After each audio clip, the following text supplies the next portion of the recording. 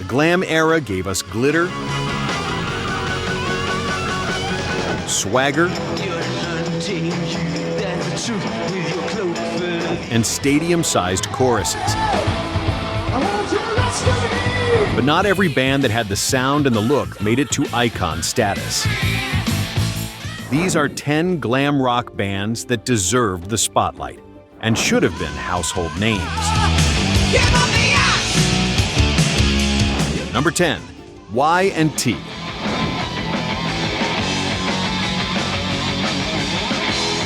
Before the hairspray and neon lights defined the Sunset Strip, there was a band already setting the blueprint.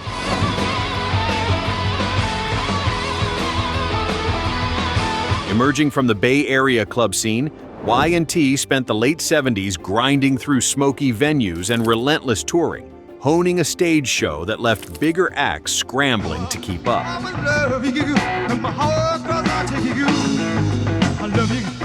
By 1981, with Earthshaker, they reinvented themselves with tighter hooks and arena-sized riffs that would fuel the coming glam wave.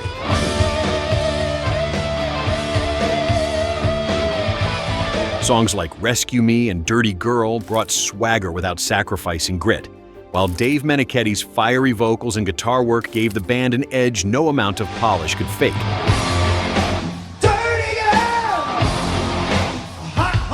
They had the look, the power, and the anthems, everything needed for MTV glory.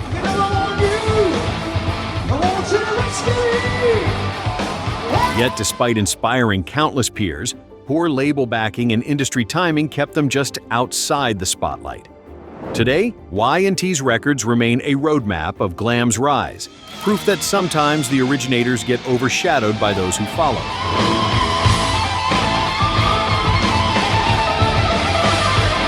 Number 9, Icon.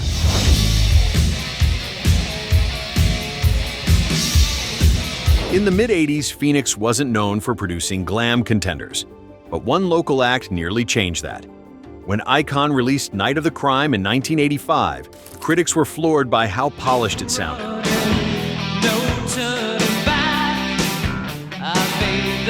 Produced by Eddie Kramer, the same legend who worked with Jimi Hendrix and Led Zeppelin, the record balanced razor-sharp riffs with radio-ready melodies.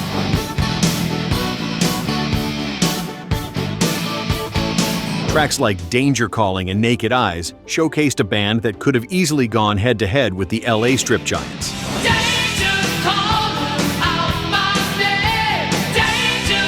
The production gleamed, the performances were airtight, and fans sensed they were witnessing a group on the verge of something big.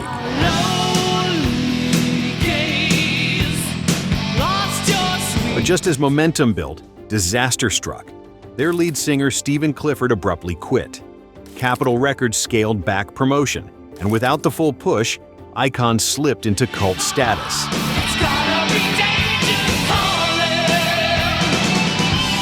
Today, Night of the Crime is hailed as a collector's gem, one of the finest glam records that never got its due.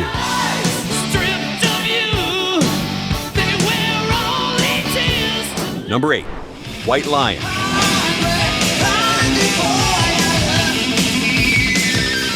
Some bands seemed tailor-made for late 80s radio dominance, and White Lion fit that mold perfectly.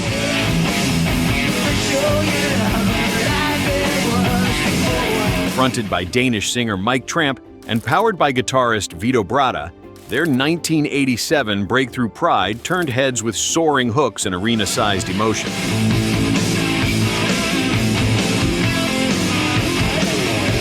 MTV played the heartfelt ballad When the Children Cry on repeat, it was Bratta's guitar work that set them apart.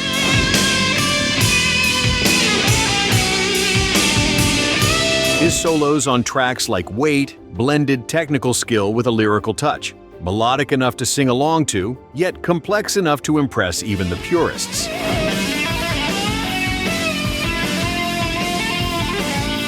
Behind the curtain, though, pressure to replicate that success weighed heavily. Follow-up records pushed toward maturity, but lacked the spark that made Pride a double platinum smash.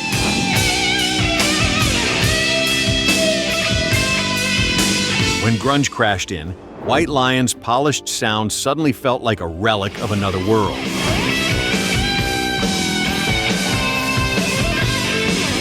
Still, their legacy lives on every time a guitar fan rediscovers Brada's work. Proof that glam wasn't just flash, it could also deliver depth.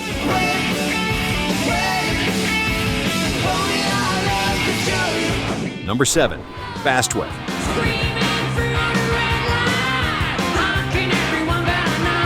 It began with serious pedigree. Former Motorhead guitarist Fast Eddie Clarke joined forces with UFO's Pete Way in 1983, creating a project that promised raw firepower.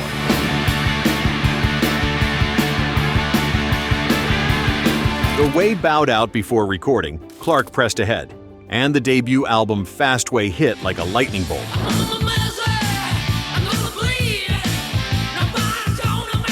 Songs such as Say What You Will and Easy Livin' captured a stripped-down, blues-infused heaviness that stood apart from the polished glam trend.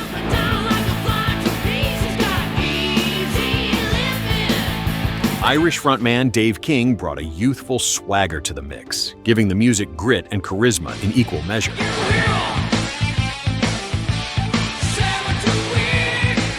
For a brief moment, the band looked set to carve out their own space in the crowded rock landscape, but lineup shuffles and lack of consistent label support made it difficult to sustain momentum.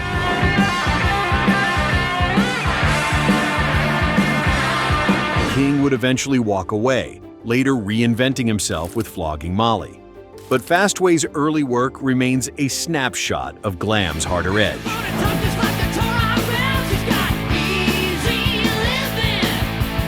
Number 6. Blue Murder.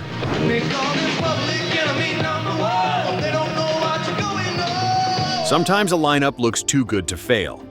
When guitarist John Sykes stepped out on his own after co-writing Whitesnake's 1987 blockbuster, fans expected nothing short of fireworks.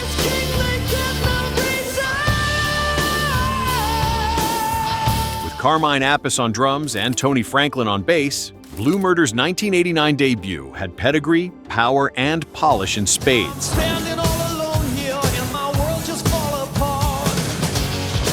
The album, produced by Bob Rock just before his work on Metallica's Black Album, delivered thunderous cuts like Valley of the Kings and Jelly Roll.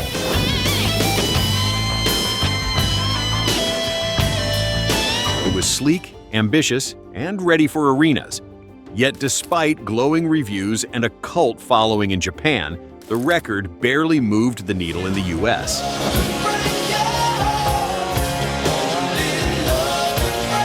Why? Timing was brutal. As grunge crept onto the horizon, industry support for glossy hard rock began to evaporate.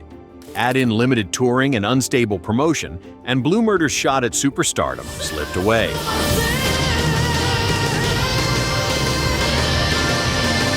Today, their debut stands as one of the last truly great glam-infused hard rock statements of the decade.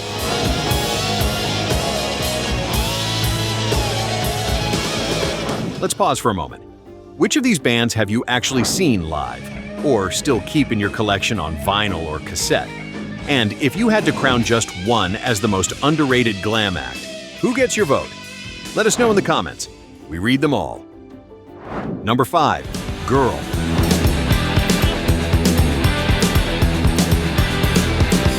Before Def Leppard and LA Guns took over MTV, there was a London band that blended glam flash with heavy metal grit.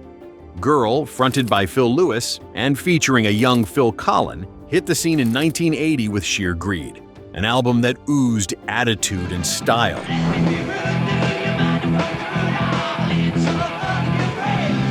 He didn't play it safe.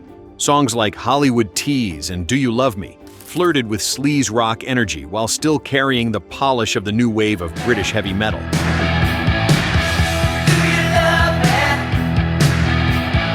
Their look, teased hair, makeup, and flamboyant clothes pushed them closer to glam than many of their contemporaries, making them stand out in the early 80s.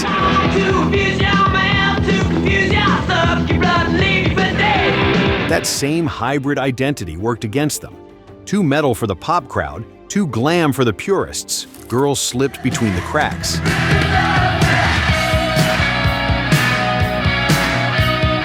Still, their work remains a fascinating bridge between the raw NWOBHM underground and the coming explosion of glam metal on Sunset Strip.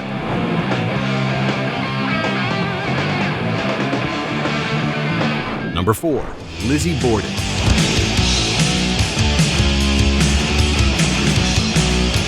Spectacle was the selling point, and few leaned into it harder than Lizzy Borden.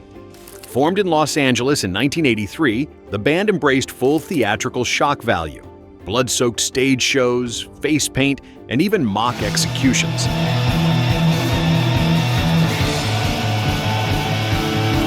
But beneath the horror antics was a solid catalog of glam-infused heavy metal that could hold its own.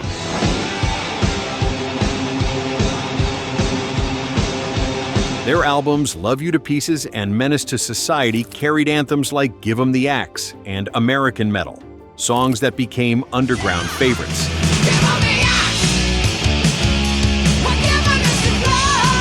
By 1987, Visual Lies landed them on MTV with Me Against the World, even finding its way into the cult horror film Black Roses.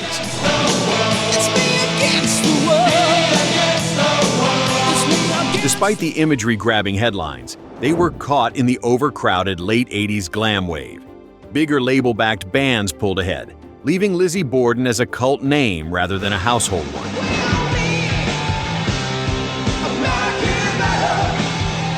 Today, their blend of theatrics and hooks stands as proof that glam wasn't afraid to get dark and dangerous.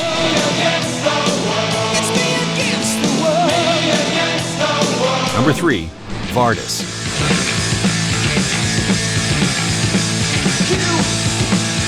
Long before spandex and Aquanet dominated the Strip, a barefoot trio from Wakefield, England was tearing through stages with breakneck energy.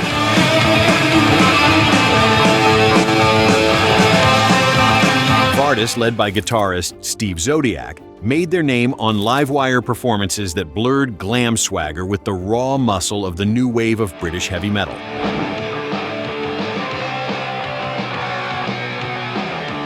Their 1980 debut, the live album 100 Miles Per Hour, was exactly that. Relentless speed and sweat captured on tape.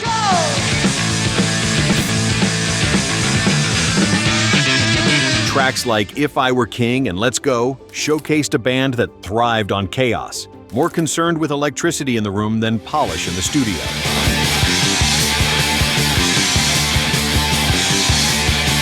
Their look and style flirted with glam, but their delivery hit like heavy metal in overdrive.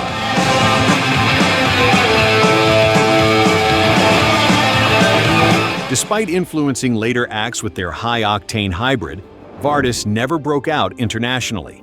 Limited promotion and a sound that didn't fit neatly into one genre meant they were left to cult status.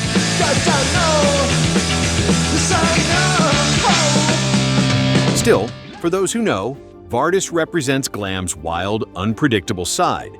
Messy, loud, and unforgettable.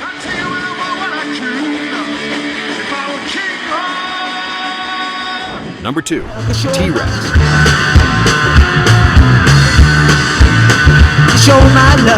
If glam rock had a spark that lit the fuse, it was T-Rex. Mark Bolan's vision transformed from late 60s folk psychedelia into glitter-soaked rock anthems that defined an era.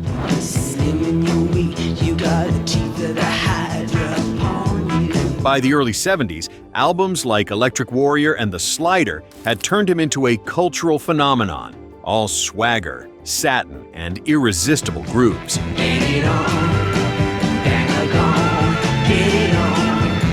Songs such as Bang a Gong, Get It On, and 20th Century Boy weren't just hits. They became glam's DNA, influencing everyone from Bowie to countless Sunset Strip hopefuls a decade later.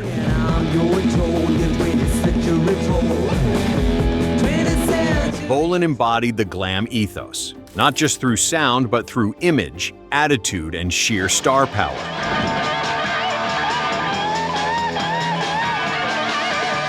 Yet, as the decade wore on, changing trends and personal struggles dimmed the spotlight.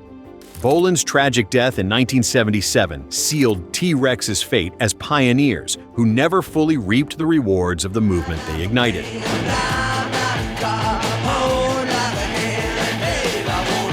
Today, their catalog remains timeless, proof that glam's glitter still shines brightest at its source. Dance when you walk, so let's dance, take a chance, understand me. Number 1. Mott the Hoople.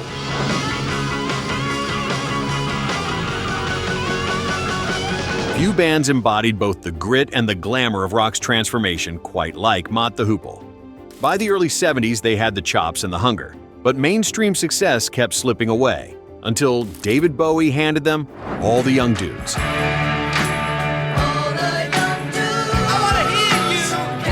That single not only saved their career, but instantly branded them as glam's working-class heroes.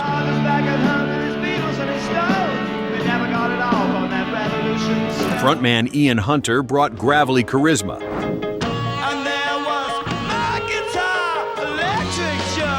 while the band's mix of swaggering riffs and Bowie's theatrical touch made them icons in waiting.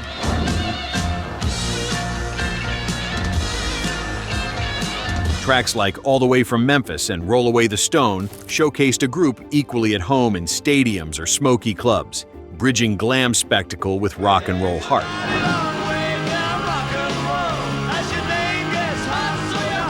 But despite the breakthrough, internal clashes and industry fatigue kept them from climbing higher.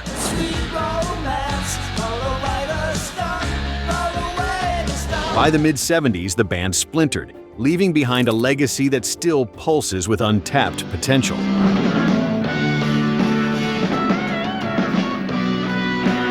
Mott the Hoople remain the ultimate what-could-have-been story of glam rock, forever immortalized by one anthem, and forever deserving more.